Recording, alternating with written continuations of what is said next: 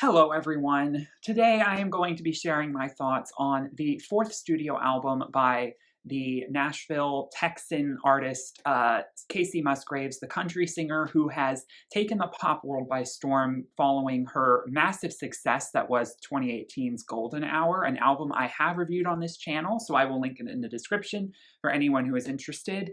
And I had been following Kacey before that album came out, but only peripherally. She seemed to be much more of just a humdrum country artist before Golden Hour started to see her foray into pop spheres of production.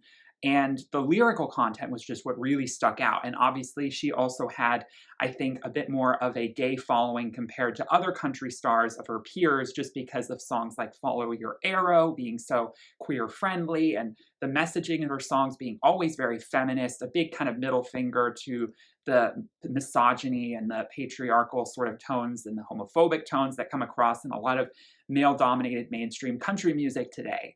So Kacey Musgraves has always been a breath of fresh air for not just country music, but also the pop world. And Golden Hour was a real triumph. I mean, I was surprised in a way that it grew to be so huge because, at the end of the day, it still wasn't like my absolute favorite album, even though some people say it's the best album of the decade. It deserved all of the success. It deserved the Grammy Awards. It deserved all the nominations and the accolades. But how do you follow up such a triumphant album only 3 years later?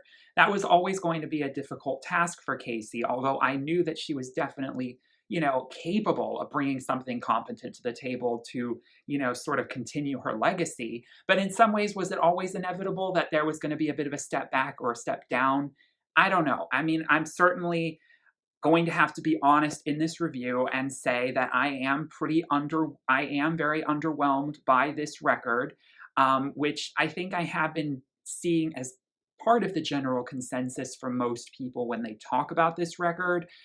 Kacey Musgrave fans are, of course, going to love it, and there is a lot to sink your teeth into here that I do want to focus on that's more positive. I really don't like making my reviews so focused on the negatives. I'd just rather not talk about it because it just gets people riled up, and it's just my opinion, and who's for me to say that this is bad?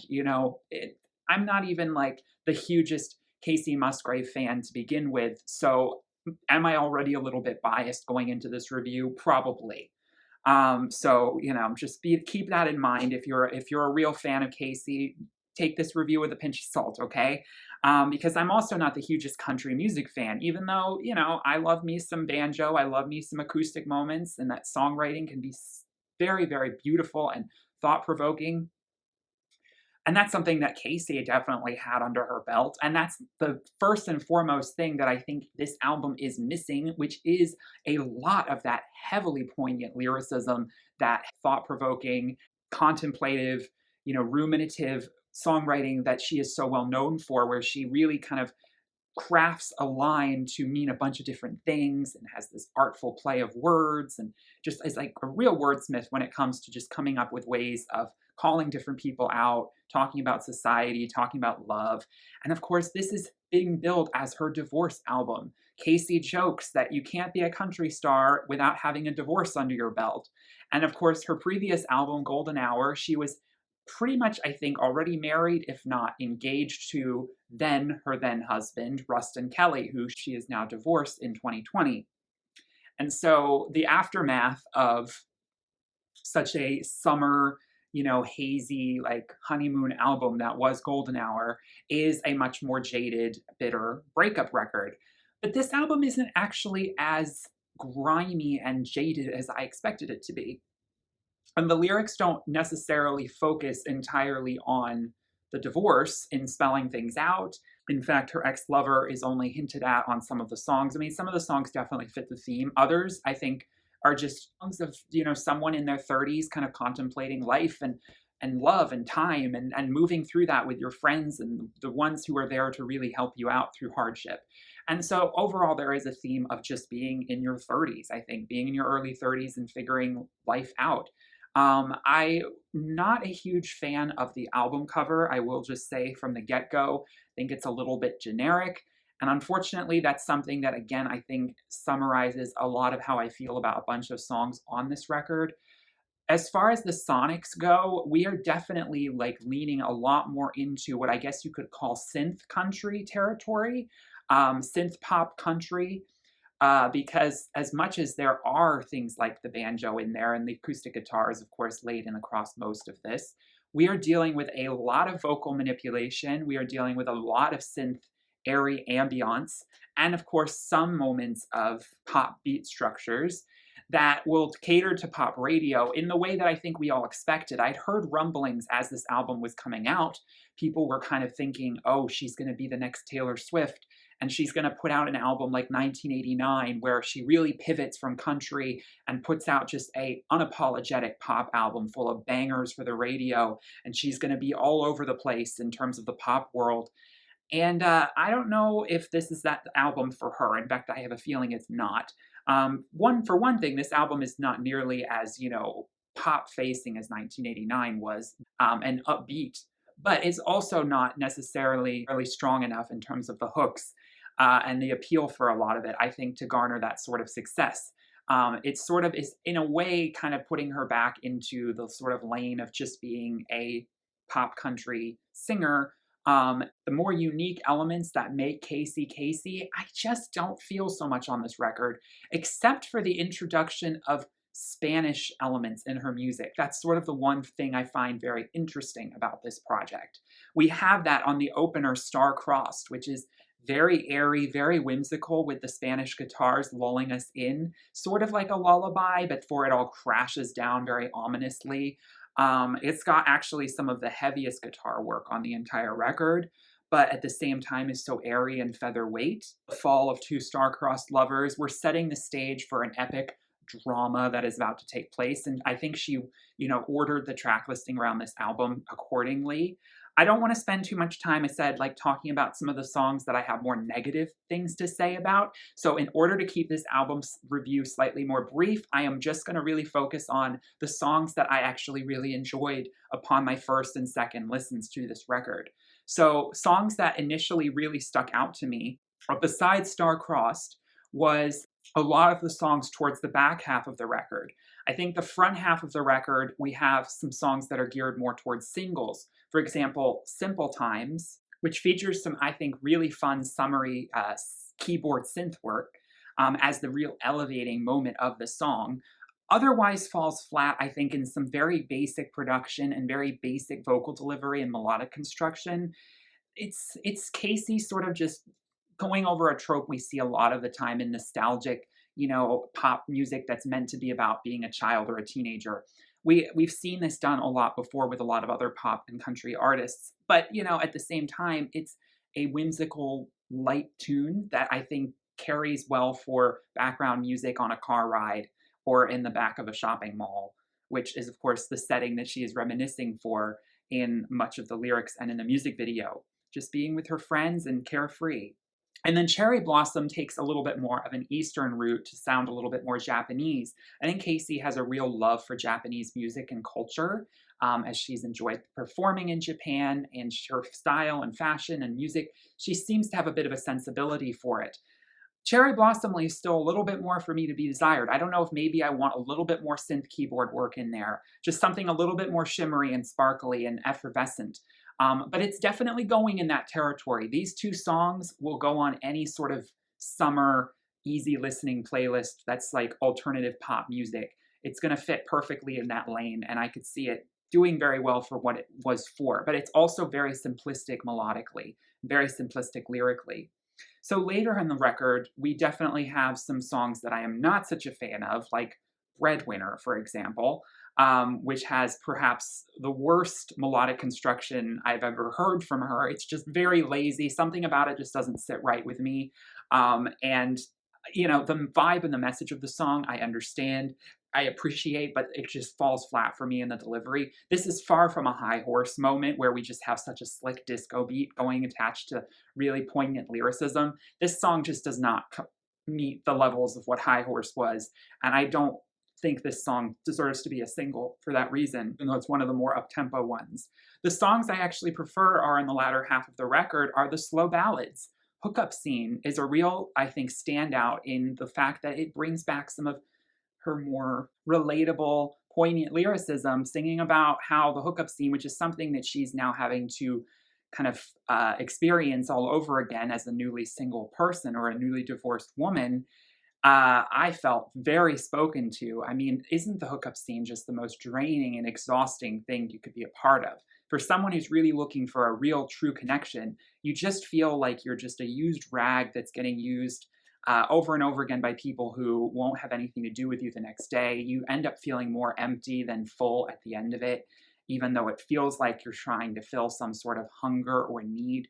She eloquently describes everything that I've been thinking. I think a lot of us have been thinking about, hookups and how it just really ends up leading nowhere. So I really enjoy the fact that she also reminisces on the fact that she didn't realize perhaps when she was happily married at the time what she had when it was right in front of her. And something I tend to find a little bit in a bit of a bitter way in myself is all these people who are happily in a relationship. They might be like, oh, I hate my partner. He's so blah, blah, blah sometimes, or he's annoying. And I'm like, you don't know what you got until it's gone. Be so grateful that you have that in front of you and that you're not thrown to the wolves to try and find someone in this horrendous online dating hookup scene that is today's dating world, because it is vicious and it'll chew you up and spit you back out.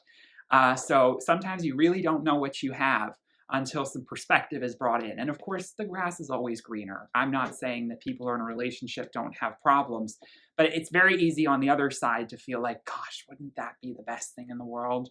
So I like to remind people who are in relationships, at least around me, I don't want to hear you complaining too much, because it seems a lot better off than trying to fend for yourself in the dating world. But to each his own. Easier Said is a much more country infused, instead of just leaning on the acoustic guitar minimally, a much more fully packaged, melancholic, country twanged song that I really enjoy for its melancholic inflections on reflecting upon what true love really is, as at the end of the day, it feels often as it is easier said than done. And then Camera Roll, an interesting, I think, way of reflecting upon the chronological order, as she says, the way in which, our history is saved on our phones. And it can be so triggering, but also so nostalgic to kind of indulge in our past, how we carry that around with us and we have trouble letting it go sometimes. And deleting those pictures as a metaphor for moving on can be a lot harder than it might seem at certain points. The other song I really want to point out as a highlight is the penultimate track, There Is a Light. For me, what really sells this track is the jazzy flute work that comes in throughout as a sort of nice, elevated, optimistic, feel-good closer to what sounds like the ending of a story, where, coming out from the other side of the darkest parts post-divorce. But then we end on the song Gracias a la Vida, which apparently is a suicide song by the artist Violeta Parra. And thank you, life. You have given me so much. You've given me the beautiful and the terrible, and that has made up my song. Now, Kacey admits that she was a bit on a mushroom trip when she recorded this. It starts out with the record player scratching kind of ambiance. Someone aptly described it feels like the either opening or closing to an Oscar-nominated drama. But then as she repeats these lyrics over and over in these stanzas, it gets very distorted and she starts to modernize the vocal auto-tune and the processing on her vocals. And towards the end, it goes in a direction that is just absolutely chaotic and too modern and takes you out of the whimsicality and the emotional appeal of what this song is giving us with the melody, which is so forlorn and whimsical. It's a real miss for me. I don't understand why she needed to take it in such a synthetic way when it starts out so raw and personal. So that was probably that was a big disappointment for me. And yeah, it's a weird way to necessarily, I'm not saying it shouldn't end the album, but the album necessarily ending on that note isn't quite so optimistic as There Is a Light. But then again, I'm all for ending an album on a little bit more of a, somewhat mysterious, more a little bit ominous or pessimistic tone. That's just, of course, how I like to think of things. There's a timeless quality to the sort of endless looping that she gives this song. It's rebirthing it over and over again in different forms, and I see that transformative element. So I can see why she chose to end the album on a note like that, that's just kind of perpetually moving forward in time. Not really positive, not really negative. Now, again, there are a few other songs I could definitely give some shout outs for. I mean, but honestly, most of the other songs I don't really have the same level of affinity for. They start to all sound the same to me. And like I said, I definitely think some of the duds come across for like songs like Angel or If This Was a Movie. Lyrically, I'm just not into it enough. There's not enough of a real visceral picture being painted. The lyrics are very generic. And then Breadwinner, it doesn't work for me in that way. I mean, Good Wife is a little bit more in the direction that I expected for Kacey on this record. Justified, which was a single, I want to get into because obviously it's screaming single and there's something very propelling about it, but I don't find myself really sticking with the melody too much. I hate saying it, this album just doesn't quite feel as special and as, personal in a way that her previous albums might have. And Golden Hour, although it was very produced and very pop, and one could argue maybe not quite as, in depth in terms of the songwriting as her previous, it had the best of all those worlds. It just was a really wonderfully polished product that saw her experimenting and saw her like sort of let loose in terms of bridging the gap between country and pop music into that ambient synth world.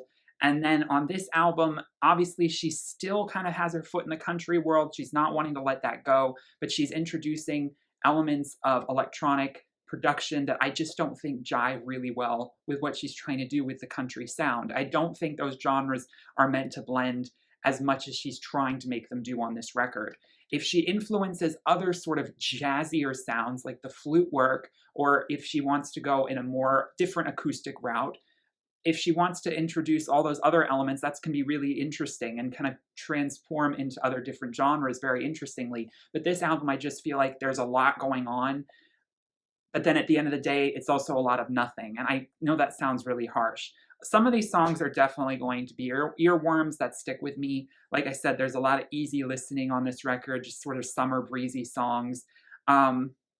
Kacey's always going to be relatable. She's always going to be really good with her pen. And I don't want to diss her for any of that. I just think that the album, along with the album art, it's a bit of a step back from the artistry that I was expecting or saw coming from the trajectory of her previous records. We'll see how she, continues along her journey. But let me know what you thought about this record in the comments. Again, this is just my opinion. I'm not the hugest Kacey fan, but I really did appreciate her breakout success. I was really rooting for her to win that Grammy.